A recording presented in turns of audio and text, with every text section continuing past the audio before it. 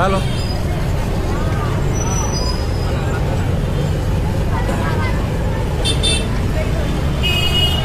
ఆయన ఏమన్నా ఈసారి మన దసరాలో పెట్టినారా స్టాలు?